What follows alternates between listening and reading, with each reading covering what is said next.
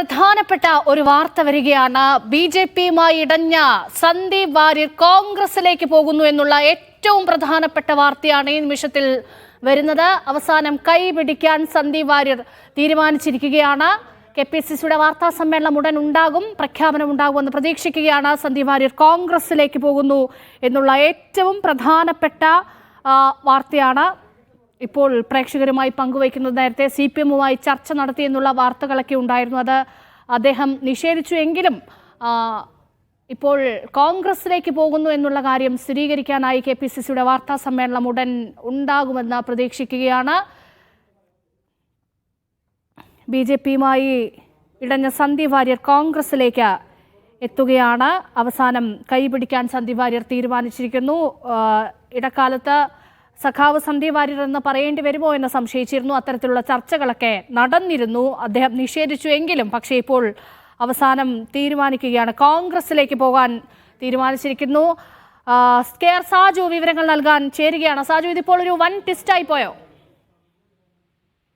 തീർച്ചയായും നേരത്തെ CPM-ലേക്ക് സന്ദീപ് വാര്യർ പോകുന്നു എന്ന തരത്തിലുള്ള ചർച്ചകൾ മുന്നോട്ട് പോവുകയും അക്കാര്യത്തിൽ ഉടൻ തീരുമാനം വേണ്ട എന്ന നിലയിലേക്ക് CPM നേതൃത്വവും മറ്റും പോകുന്ന രീതിയിലായിരുന്നു നമ്മൾ കണ്ടിരുന്നത്. പക്ഷെ അതിനിടയിൽ മറ്റ് ചില നീക്കങ്ങൾ കോൺഗ്രസുമായി ബന്ധപ്പെട്ട് സന്ദീപ് വാര്യർ നടത്തുന്നു. അത് ഇപ്പോൾ നീക്കത്തിലേക്ക് പോകുന്നു. പാലക്കാട് ഇപ്പോൾ ഒരു സർപ്രൈസ് പ്രഖ്യാപനം അല്പസമയത്തിന് ഉണ്ടാകും എന്ന് തന്നെയാണ് പ്രതീക്ഷിക്കുന്നത്. അത് പ്രതിപക്ഷ നേതാവിന്റെ 11 മണിക്കുള്ള വാർത്താ സമ്മേളനത്തിൽ ആ പ്രഖ്യാപനം വരും എന്നാണ് കണക്കുകൂട്ടുന്നത്. സന്ദീപ് വാര്യർ കോൺഗ്രസിലേക്ക് എത്തുന്നു എന്ന കാര്യം ഈ ഘട്ടത്തിൽ മുതിർന്ന കോൺഗ്രസ് നേതാക്കൾ തന്നെ സ്ഥിരീകരിച്ച് നമുക്ക് നൽകുന്ന വിവരമാണ്. സന്ദീപ് വാര്യർ ബി.ജെ.പിയുമായി ഈ പാലക്കാട് ഉപതെരഞ്ഞെടുപ്പിന്റെ ഘട്ടത്തിൽ ഇടഞ്ഞു നിൽക്കുന്ന കാഴ്ചയാണ് ആദ്യം എത്തിയത്. അദ്ദേഹം പ്രചാരണ രംഗത്ത് ഇറങ്ങാതിരിക്കുന്നു.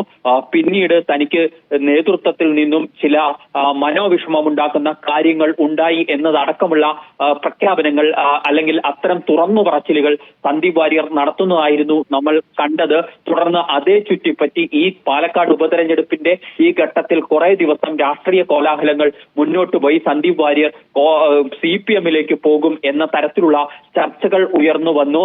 സന്ദീപ് വാര്യർ നിലപാട് വ്യക്തമാക്കട്ടെ, അതിനുശേഷം പറയാം എന്ന നിലയിലായിരുന്നു CPM നേതാക്കൾ പോലും അതിനോട് പ്രതികരിച്ചിരുന്നത്. പ്രത്യേകിച്ച് മുതിർന്ന CPM നേതാവായ AK ബാലന് അടക്കമുള്ളവർ അത്തരത്തിൽ ഒരു നിലപാട് സ്വീകരിച്ചിരുന്നു. മന്ത്രി MP രാജേഷ് അടക്കമുള്ളവർ സന്ദീപ് വാര്യർ ആദ്യം നിലപാട് സ്വീകരിക്കട്ടെ എന്ന നിലയിലായിരുന്നു. അതായത് സന്ദീപ് വാര്യറിന്റെ വരവിനെ തള്ളിക്കളയാൻ ആ ഘട്ടത്തിലൊന്നും CPM നേതൃത്വം തയ്യാറായിരുന്നില്ല. എന്നാൽ അത് പിന്നീട് പെട്ടെന്നുണ്ടാവില്ല, ഉപതെരഞ്ഞെടുപ്പിന് ശേഷം മാത്രമേ ഉണ്ടാകൂ എന്ന തരത്തിലേക്ക് തിരക്കിട്ട നീക്കങ്ങൾ ഉണ്ടാവില്ല CPM പ്രവേശനവുമായി ബന്ധപ്പെട്ട് എന്ന നിലയിലേക്ക് വരികയും ആ ചർച്ചകൾ അവസാനിക്കുകയും ചെയ്തു. സന്ദീപ് വാര്യർ ആകട്ടെ തിരഞ്ഞെടുപ്പ് രംഗത്ത് ബി.ജെ.പിയിൽ സജീവമാകുവാനും തയ്യാറായിരുന്നില്ല.